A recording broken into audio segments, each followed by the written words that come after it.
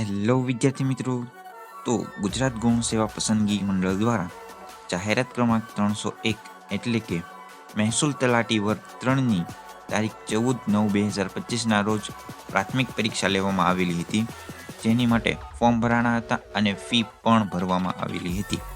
તો આ fee refund માટે આજથી એટલે કે તારીખ 12/1/2026 2 વાગ્યાથી તમે ફોર્મ ભરી શકો છો. એના માટે તમારે બેંક ડિટેલ જોઈશે અને આ ફોર્મ ફ્રીમાં ભરવા માટે તમે અમને વોટ્સઅપ કરી શકો છો, જે વોટ્સઅપ નંબર નીચે આપેલો છે.